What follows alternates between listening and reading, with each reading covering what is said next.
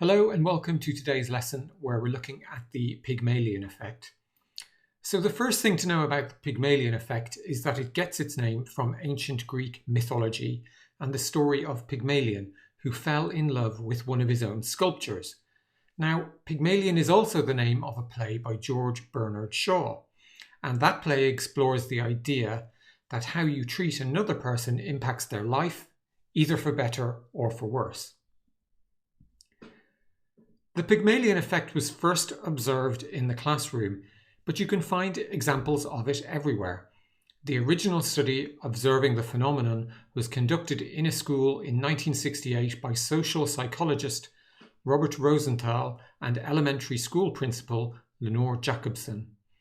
The study worked by first giving students a test said to identify potential intellectual superstars.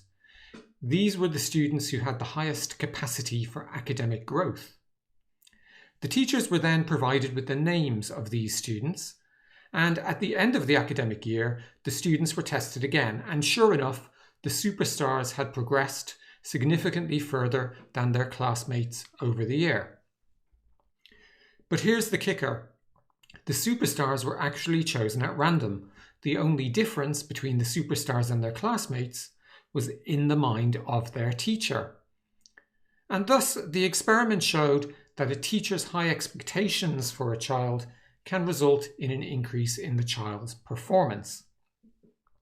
So basically, the Pygmalion effect says that if a teacher believes a child is bright, then their expectations and behaviour towards that child will change positively. The child will then rise to this higher expectation and believe they are bright, and as a result of this, their performance will improve, and in turn this will reinforce the teacher's belief that they were right to have a high expectation for the child in the first place.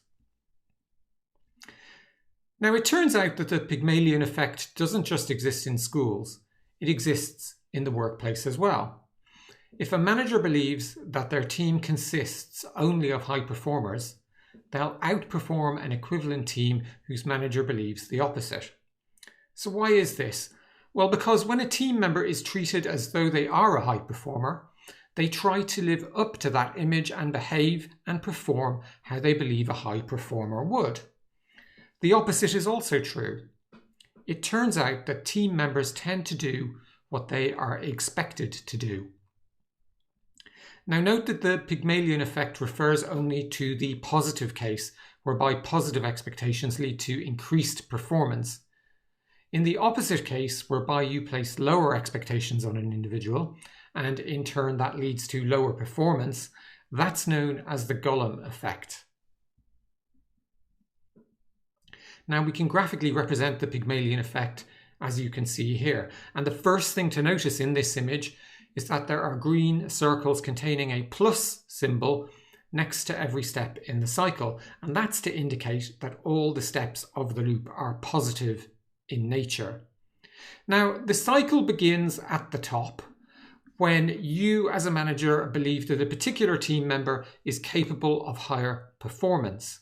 This then influences your behaviour and your actions towards that subordinate. So this may mean in practice that if a team member performs well, you'll praise them, but if they underperform, you will still gently support them by letting them know that you believe they're capable of more. Now, the team members' beliefs about themselves will then start to be impacted or nudged positively by your actions. They'll start to believe just a little bit more that they are a high performer. Now, this newfound increased belief will cause their actions and performance to improve. And finally, this increased performance will reinforce your belief that the team member was in fact a high performer and you were right to assess them as such. And one loop around this cycle begins a virtuous self-fulfilling prophecy as you start to go around and around the loop more and more, with your positive beliefs about your team member being reinforced at the same time as their positive beliefs about themselves increase, and so does their performance. Now, how do you go about using the model? Well, as a manager or as even a teacher, the Pygmalion effect can give you a secret superpower to create a high-performing team. And that's because that when you believe a team member has what it takes to become a great performer, your belief becomes reality. Now, there are two facets of the Pygmalion effect you should understand. Firstly, raising your expectations promotes subordinate performance. And secondly, managers tend to allocate their time and energy to subordinates in proportion to their expectations. So that basically means the better performing your subordinate, the more time you'll give them. Now, to use the Pygmalion effect, we want to treat all of our subordinates in a high quality way that leads to superior performance. And some simple steps or techniques you might use to do this include set challenging but not too challenging goals. So by setting goals like this, your subordinate will know exactly what you expect of them. However, to really benefit from the Pygmalion effect, the goal mustn't be too aspirational. For your subordinate to be motivated by the goal, they must believe it's realistic and achievable. If you encourage subordinates to strive for unobtainable goals, they may well give up and deliver inferior performance. Secondly, you can invest in your own management training. So what you believe about your own managerial ability to hire, train, and motivate your subordinates will impact their performance. So if you have genuine confidence in your ability, then you'll have high expectations of them. And as you know, they'll step up to meet those expectations. But how do you go about increasing your own belief in your ability? Well, one of the simplest ways is to invest in your own management training and professional development. Next, we have give positive feedback. Now, even your most productive subordinate needs occasional positive feedback on how they are performing. Your underperformers need positive feedback too. And one way to achieve this is to provide positive feedback on an area of their work, such as maybe their effort level, before giving more constructive feedback on their actual underperformance. Next, we have train your people. So you have set goals that are going to challenge your subordinate to raise their performance, but maybe effort alone isn't enough to increase their performance to the desired level. So you need to ensure they have all the right tools at their disposal to enhance their performance. And there's many ways you could achieve this, the most common being through training courses, mentoring, and coaching. And finally, we have practice high leader-member exchange leadership. Now, to put this in the simplest possible way, this means exhibiting characteristics towards your subordinate, such as trust, respect, acting professionally, and displaying loyalty. So let's take a look at a real quick example. Imagine this scenario. You manage a team of 3 people, Millie, Mike, and Martin. And right now, Martin is an underperformer. He's a low performer. So having just learned about the Pygmalion effect, you realize that your beliefs and your behavior towards Martin may have been more negative than towards the other team members. So you decide to do something about it. The problem you've got is that Martin and the whole team aren't new. You already have a lot of history with him and the rest of the team. And because of this, the first thing you attempt to do is reset the relationship so you can start again, almost as though you had a clean slate.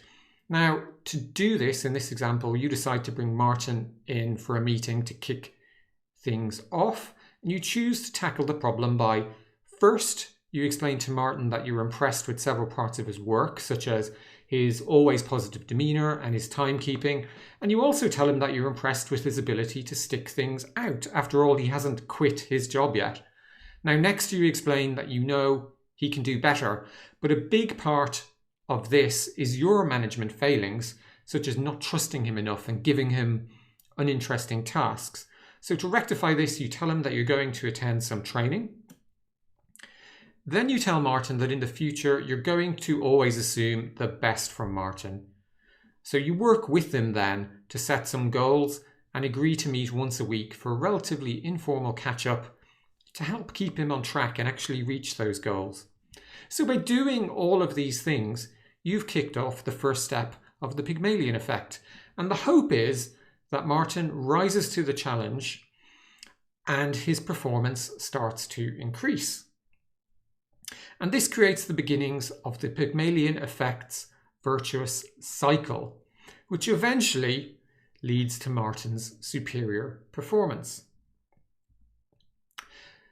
So to summarise, Henry Ford had a really nice quote about how your beliefs line up with reality, which said, whether you think you can or you think you can't, you're right. Now, I've adjusted that quote a little here to read, whether you think they can or they can't, you're right, because that quote nicely summarises the Pygmalion effect. Now, as we've said already, Rosenthal and Jacobson found that having positive expectations influenced performance positively, and that is the origins of the Pygmalion effect.